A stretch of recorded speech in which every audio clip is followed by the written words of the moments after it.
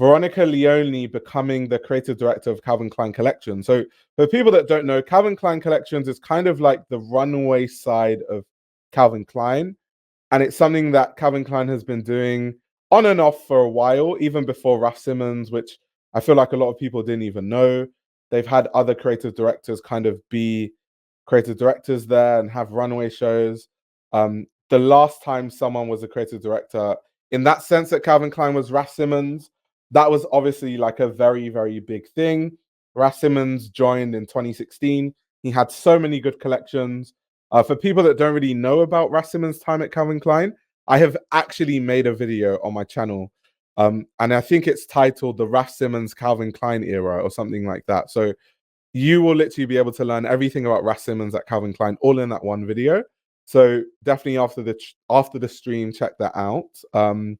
Because even if I say so myself, I think that's a very good video to watch.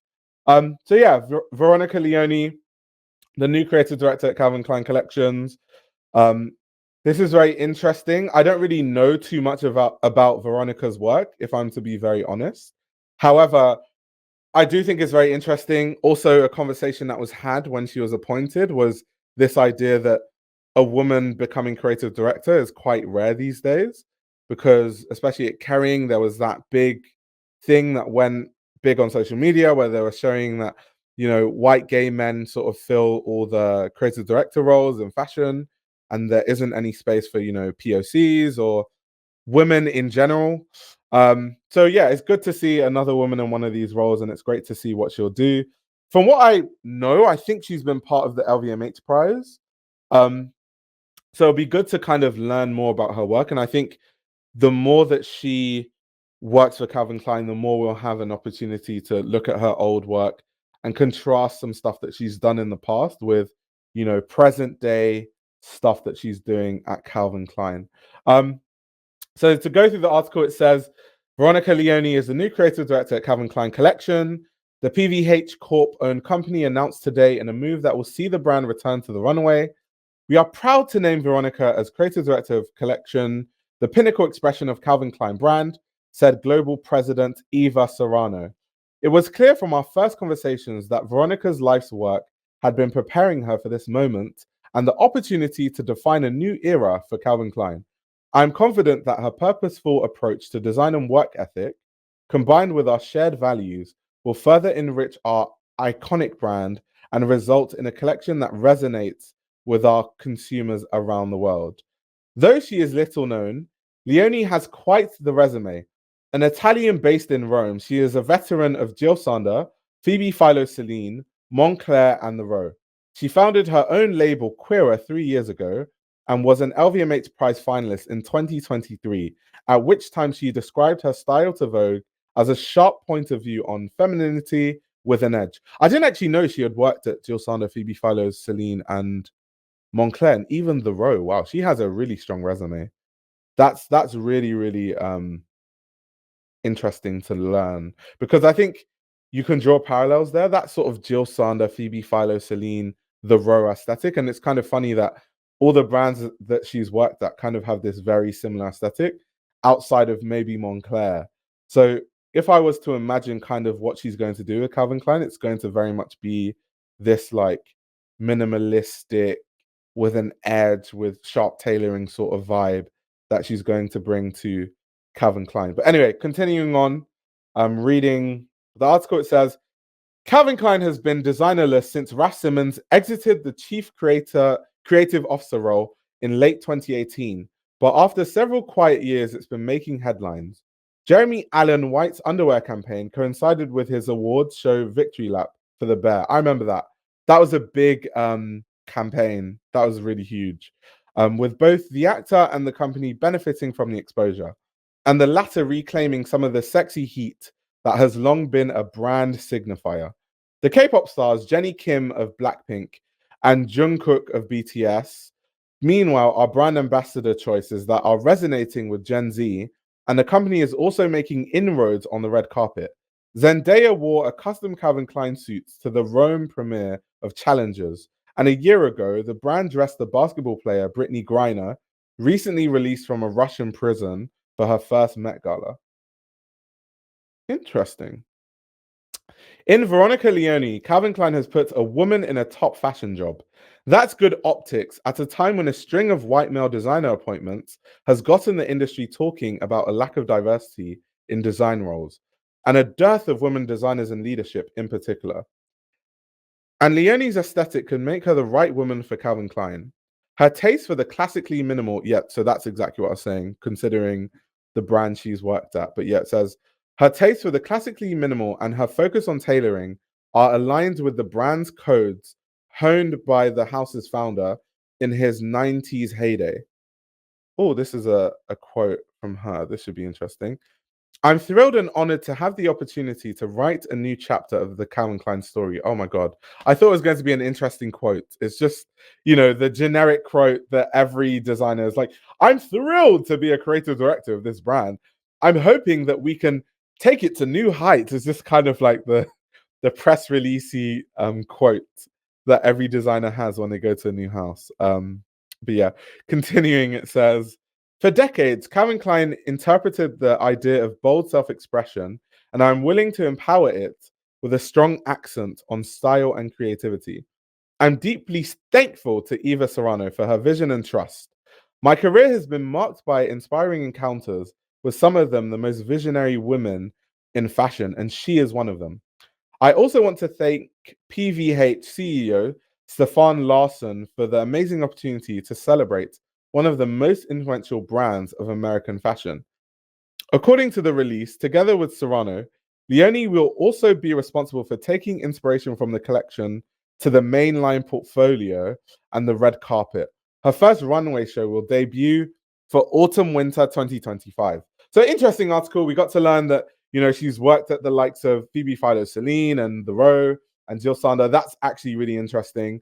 What I really find interesting, though, is the fact that PVH have decided to hire a creative director in the first place, because we know what happened with, Raf Simons, Calvin Klein. It just wasn't making money. I remember when he was appointed at Calvin Klein, there were these articles that came out where they were talking about why they kind of, kind of parted ways with Raf Simons. I was going to say something else, but I won't say that. Because they invested, I think at the time it was $70 million into the rebrand with Raf Simons.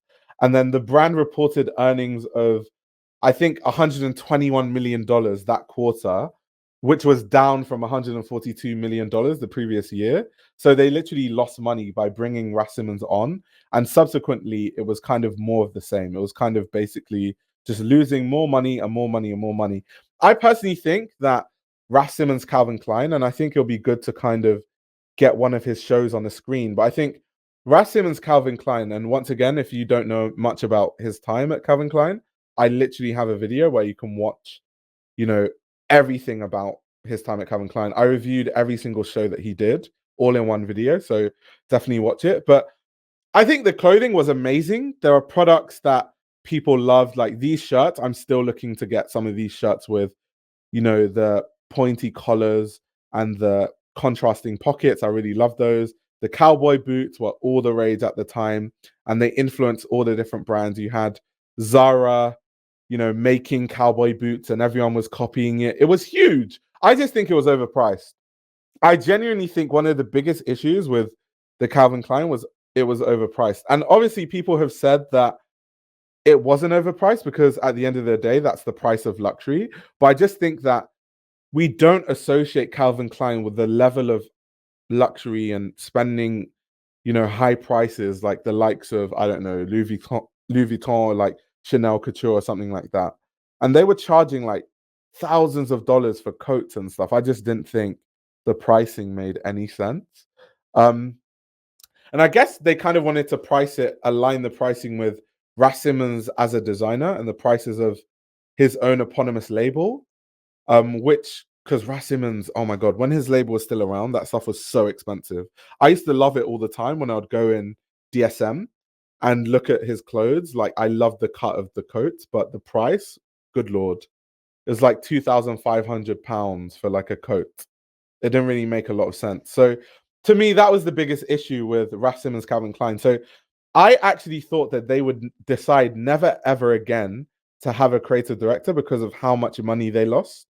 So the fact that they're having Veronica come on board is really interesting. I'm curious to see how they're going to do things differently, because I have a feeling that they have a bad taste in their mouth.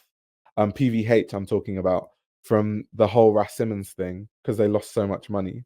So yeah, it's also, I also remember at the time actually, Raf Simons had so much control in a way that most creative directors don't. Like, I remember he was in charge of the marketing, he was in charge of the campaigns, he was in charge of the collections, he was in charge of the way everything was branded. It was kind of like this 360 creative director role where he just is in charge of the whole messaging of the brand, which is very rare. It's almost like the level of what Eddie Slimane had at Céline. And that just obviously didn't work. And it's interesting that in the Vogue business article, they did actually mention that they're looking for her to design things that will influence the main line. So that will be really interesting how they're going to bring those things and influence the main line. Because I think in one of the previous streams, we were saying that one of the issues with these highly accomplished designers that go to these brands that need a revamp is it doesn't really reflect with these, you know, runway collections in the main line and the everyday ready to wear that you just buy in like every store. So it's good that now they kind of have a very distinctive focus on, no, what she's designing, we're going to take some of these ideas and implement them into the everyday mainline. So that would be also really interesting to see. Let's see what people are saying in the chat. They wanted to join the party of charging way too much and nobody let them in. Yeah. Right. These are the reasons why I believe Veronica's work may not be successful. Yeah. I definitely think they need to fix the pricing thing. If Veronica starts designing collections and they're like, okay, $3,000 for a coat, I think it's not going to work. I don't see any way in which it would work. Tired of the row, tired of Philo. No more minimalism, please. The thing is, I don't mind minimalism. I think you can do minimalism with an edge. Of course, Phoebe Philo's way of doing it is what we see across the industry, and like we see a lot of brands kind of trying to recreate that, whether it's at Gucci or, you know, The Row and all those other brands. But I think of a brand like Jil Sander. Jil Sander is like minimalistic, I guess. Like, people associate it with being minimal, but if you go and look at some of the past collections that Luke and Lucy Meyer have done, they will have shirts with 20 buttons going across the shirt, or like, it's quite avant-garde actually when you look at some of the Jil Sander collections. It's not as minimal as people think it is. I think when people think of Jil Sander, they think of like just a long coat with like wide trousers and like slacks, or like heels or kitten heels or something. I feel like that's how people imagine Jil Sander, but it's not like that. I think parts of Jil Sander can actually be really avant-garde. And I was like, why are you gay? I'm not gay. You are gay. That's funny.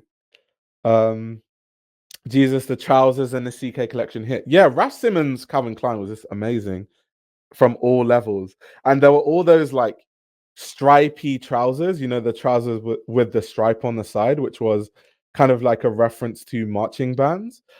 You guys, anyway, like I've said, I'll keep promoting my video. Shameless plug. Go watch my video on Raf Simons Calvin Klein. I talk about everything there. But to kind of summarize, Raf Simons Calvin Klein was basically him being inspired by American culture, and kind of, as a designer, his perspective on American culture from an outsider's perspective. So that's why he would have, you know, a famous Hollywood film like Jaws and have a collection about that, or, you know, look at different aspects of, you know, American culture, whether it's the cowboys or it's the marching bands, or there was a collection that he did that was inspired by the collegiate lifestyle and how famous colleges are, and he was designing like collegiate sportswear and athleisure and all that sort of stuff. It was interesting. But once again, all those things and more can be learnt through my video on Raf Simons Calvin Klein. Yeah, Leo, I agree with this. There can be depth to minimalism when focused. 100%. Yeah, that resort collection with collegiate stuff, it was fire. It was amazing. It was really, really good. All of the Raf Calvin Klein was fire. You can make a minimalist of maximalist look. Yeah. I hope the new designer respects American sportswear. Raf didn't, and that was the problem. In what sense would you say that Raf Simons didn't respect American sportswear? Oh yeah, the baseball heels. I remember that. I remember that. And I think he had basketball ones too. But I think this is actually one of the most exciting news stories actually in recent times because I'm just really excited to see what Veronica Leoni does. I think it'll be really exciting to see Calvin Klein back in the mix having runway shows. Also, it's cute to see Pieter Mulier with Raf Simons. That's really, really cute. Raf is kind of abstract. He takes icons of culture and makes abstraction with it, kind of, yeah. Yeah, Prada minimalism has depth, exactly. I think that there can be a lot of depth to like minimalism. I think sometimes that's why I kind of sometimes when I say the word minimalism, I kind of cringe because it's kind of like when I say it, I kind of know what people are envisioning when I say, "Oh, it's minimal" or something like that. Also the fact that Raf uses Richie Hawtin, my favorite DJ by far, makes me adore Raf among other things. The thing about Raf though, Raf loves his like collaborators and uses them this all the time, like Peter Saville and stuff. Like just endless sea of just like Peter Saville stuff. Let's see if we can get another one of Raf's Calvin Klein shows on the screen. Yeah, exactly. Peter Saville. Yeah. Oh, the satin shirts. So, so good. Honestly, so, so good. Also, if you guys want to kind of learn about why Raf Simons left Calvin Klein, I remember when around the time there was a really good like not around the time, sorry, but like a few years later, there was this really good actually I don't think it was a few years later. I think it was like shortly after. But anyway, there was this article in Vox. I think it was titled something like Calvin Klein, Raf Simons, and the business of like mass brands going high fashion. Something because they were talking about can mass brands like Calvin Klein be high fashion again once they've gone mass brand? You know, kind of like brands like Michael Kors, Calvin Klein, those kind of brands. And it was a really good article. I'm gonna see if I can like get it on the screen because they talk about the reason why Calvin Klein hired Raf Simons, why it made sense at the time, drawing parallels into Raf Simons' aesthetic and why it would work at Calvin Klein. They kind of talk about what went wrong. They talk about all the finances. They talk about the financial position of Calvin Klein before Raf Simons went there and after that. It was like really, really, really good. Um, so yeah, I'd say go read that Vox article as well. I'll see if I can get the link and post it in the chat. The pom-poms. Oh boy, I remember I was obsessed with this collection. Raf is so good. Yeah, this collection was really, really good. And then also like the prints too. Because I remember with a lot of Calvin Klein stuff, he had a lot of like Andy Warhol stuff. And I remember at the time people were like, I wonder how much it costs to like license a lot of these things for these Calvin Klein collections. It's like insane. Oh yeah, someone said it looks very Warhol. That's because it is. Like a lot of like the prints and stuff were referencing Andy Warhol stuff. That definitely was very, very expensive. Yeah.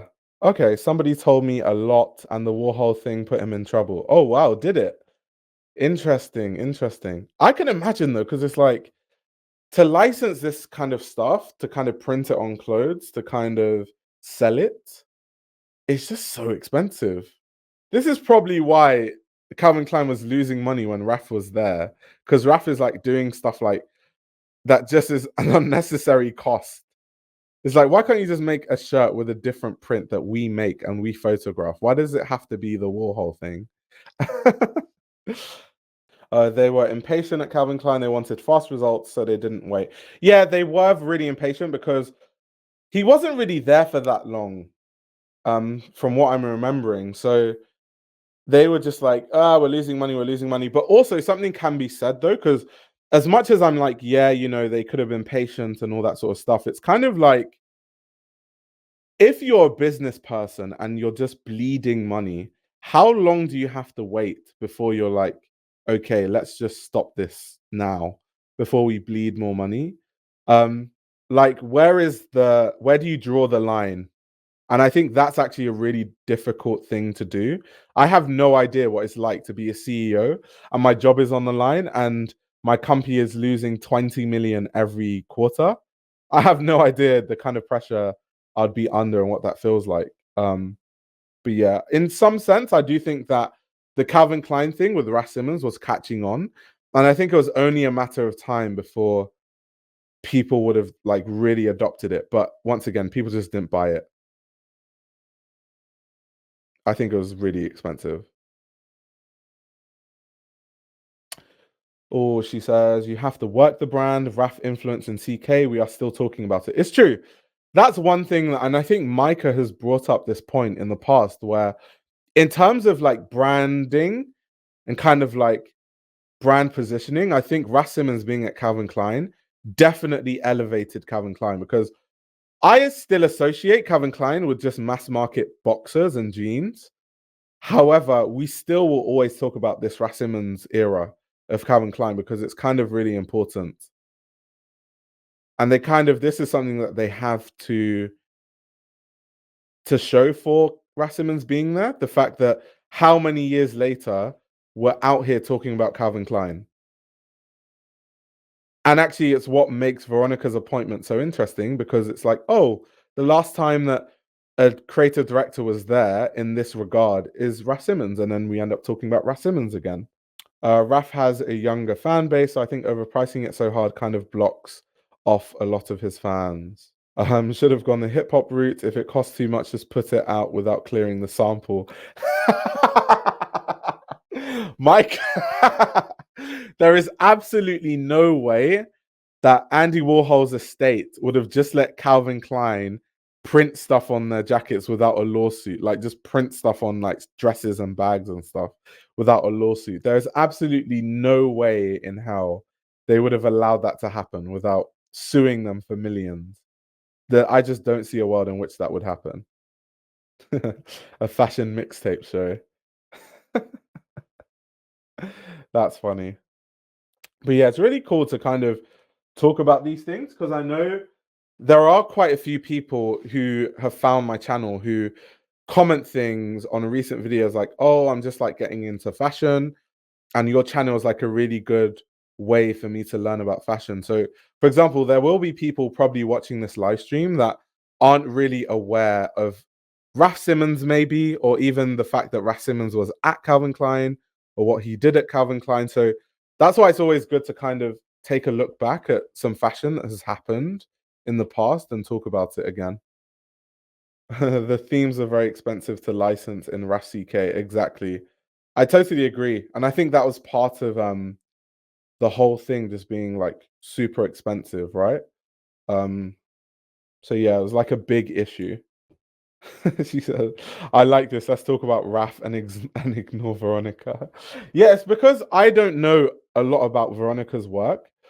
Obviously, I did actually go on Instagram and I was like going through some of her work, like her brand on Instagram, just to see kind of what the aesthetic is. And it really is like Phoebe Philo vibes. Like I'll put the Instagram page on the screen actually. So you guys can see some of the images of her brand. Let's see, let's see, let's see. So yeah, this is her brand called Quira. You can literally see her name literally in the description at Veronica Leoni.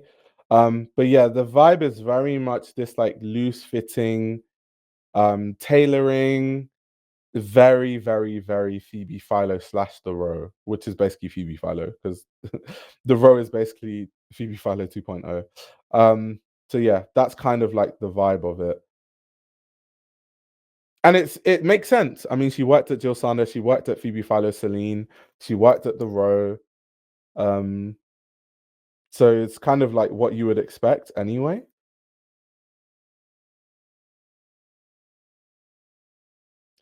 Quira, yeah, yeah, yeah. I just said that. I think maybe Hanan is like a few seconds behind. Oh, I love when I get a Twitch comment because my Twitch is really tiny. It's great that you go into it because I'm trying to learn some of the history. You know what? I need to look into that, like when she worked at Jil Sander. I need to look into that. Someone said it's even marketed like Philo. But yeah, that's kind of like the vibe of it. It's just very, very much Phoebe Philo aesthetic, to be fair. I do like it though. Yeah, so I normally stream to YouTube and Twitch at the same time. But my Twitch is really tiny, so I normally get like one viewer or like two viewers on Twitch. But I just started streaming on Twitch because it's like if I stream on YouTube, I might as well just do it on Twitch as well. Um, so yeah. Looks for pics of black woman in her clothes. That would be very Phoebe Philo of her to just have no diversity in the models. That would be hilarious. Um, that's a funny point to bring up. But I've seen a few different faces on her Instagram page, to be fair. Let me go on her personal page and see what she has on her personal page. Veronica Leoni. Oh, she has the image from this is the same image on the Vogue business article. Interesting. But yeah, she was a 2023 LVMH Prize finalist. Okay, this is interesting because of course she worked at Moncler. What I was actually looking for, because to be honest, modern Jil Sander, Phoebe Philo's work, her Phoebe Philo, Céline, The Row, it's kind of one in the same. But I really wanted to know if like she's done interesting stuff with like puffer jackets and like down and like different fabrics because she worked at Moncler. So this is really, really cool to see. This is cool to see. Like I wanted to see what kind of stuff she's done at Moncler and like what she's done with outerwear, just out of curiosity. Canada Goose gonna do the exact same thing with a puffer, especially with Hyder Ackerman there now. We're gonna see some really interesting puffer jackets, which would be really cool. Okay, this is some more Moncler stuff. Oh, so she designed Moncler 1952. That is actually really interesting, I must say. Because I do like Moncler 1952. That's really, really cool. So yeah, I find I'm actually way more interested in like the Moncler stuff she's done because that's kind of where the point of difference is versus the whole Phoebe Philo angle because we kind of seen like every designer kind of designs like that now. So it's kind of like boring. So this is some more 1952. I actually remember this collection. I think I reviewed it on the channel. I really love this collection. I remember it like it was yesterday. So if she designed that collection, to be fair, I'm actually a big fan of her work because I actually remember some of those Moncler collections, and I remember reacting to them on the channel like years ago. So that should be interesting. I wonder if she designs a lot of outerwear collections that, because once again, they said they want to filter some of the ideas into the mainline. I wonder if they'll make some really interesting like mainline puffer jackets or like trench coats with an edge. That would be cool to see. This YouTube channel runs on your support. If you want to support the channel, you can subscribe to my Patreon. You'll gain access to exclusive content that includes everything from my Patreon podcast, where I give a behind the scenes insight into the fashion industry, as well as a fashion book club where I review my favorite fashion books. You can also check out my fashion ebook, which highlights the best fashion journalists to follow, definitions of common fashion terminology, and how to determine what a good source of fashion information is. The links to everything are in the description below.